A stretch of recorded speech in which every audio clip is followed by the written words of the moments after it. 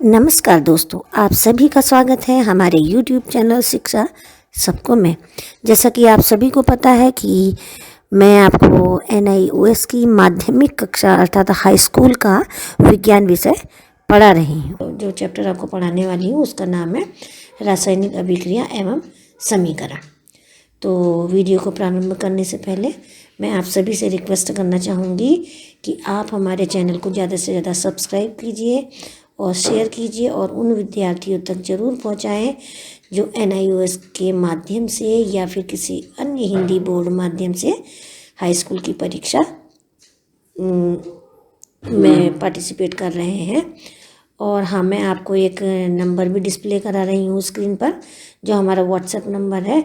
तो इस नंबर पर भी आप हमसे पर्सनली मैसेजेस के थ्रू कांटेक्ट कर सकते हैं। कोई भी अपनी क्वेरी है उसको पूछ सकते हैं और कोई टॉपिक से रिलेटेड, लेसन से रिलेटेड कोई भी बात हो वो आप हमसे इस व्हाट्सएप नंबर के थ्रू हमसे पूछ सकते हैं।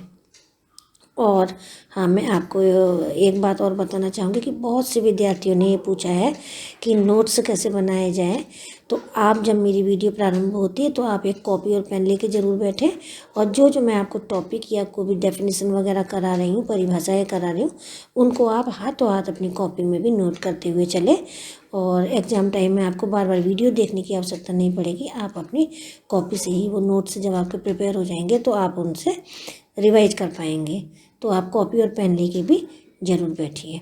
तो आज मैं जो आपको चैप्टर शुरू कर रही हूँ उसका नाम है रासायनिक अभिक्रियाएं एवं रासायनिक समीकरण। तो सबसे पहले मैं आपको बताना चाहूँगी कि परिवर्तन क्या होते हैं, चेंजेज क्या होते हैं, इनके कितने प्रकार होते हैं।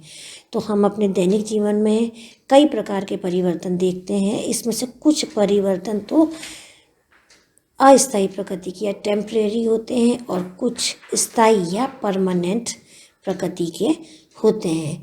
तो देखिए, परिवर्तन दो प्रकार के होते हैं। पहला वाला प्रकार है अस्थायी या भौतिक परिवर्तन, फिजिकल चेंज।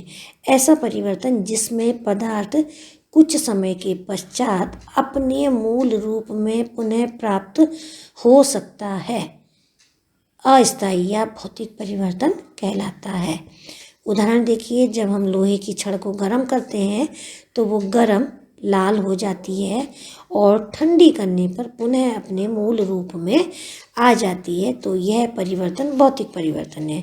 इसी प्रकार जब हम पानी को गर्म करते हैं तो पानी भाप बन के उड़ने लगता है और जब हम भाप को ठंडा करते हैं तो भाप फिर से पानी में बदल जाती है। इसी प्रकार जब पानी को ठंडा करते हैं या उसे फ्रीजर पे रखते हैं तो वो बर्फ़ में बदल जाती है और जब बर्फ़ को हम बाहर रखते हैं तो बर्फ़ फिर से पानी में बदल जाती है।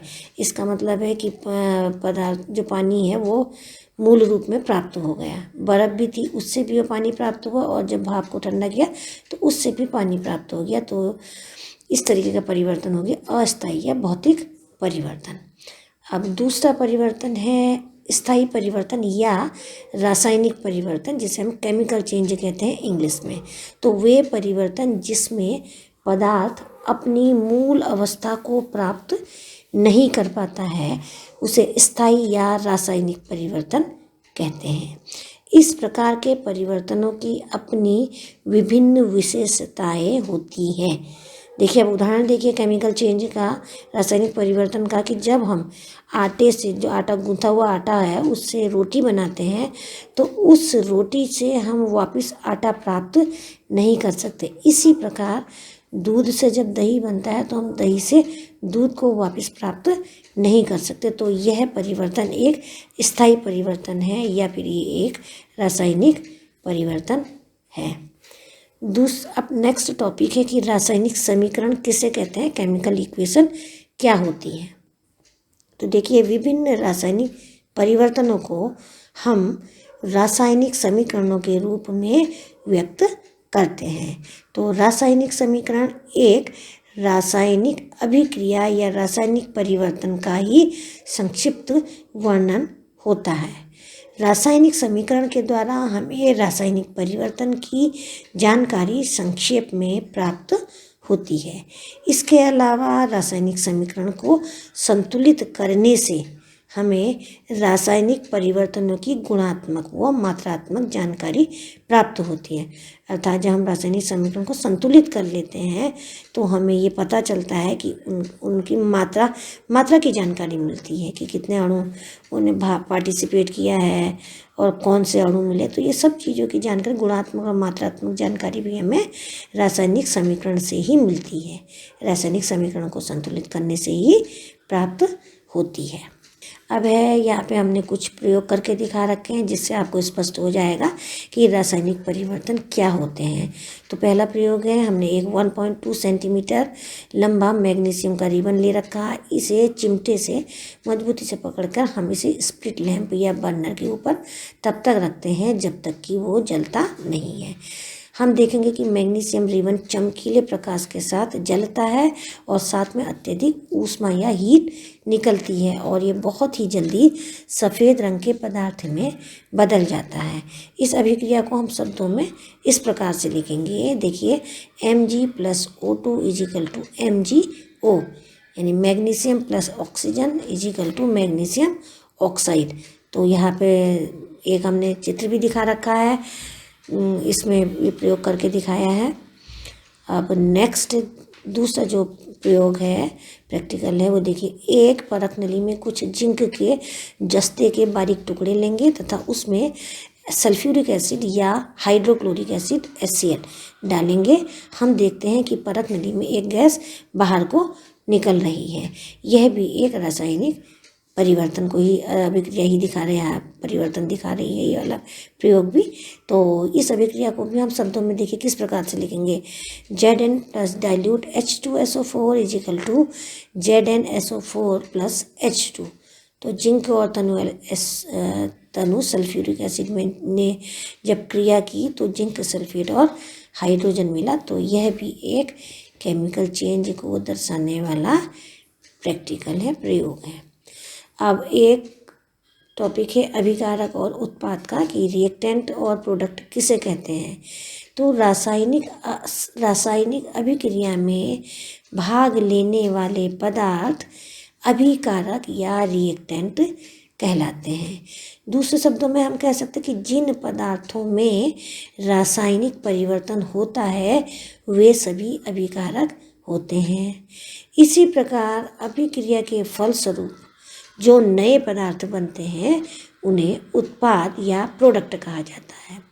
रासायनिक अभिक्रिया में अभिकारकों को बाएं हाथ की तरफ तथा उत्पादों को दाएं हाथ की तरफ लिखा जाता है।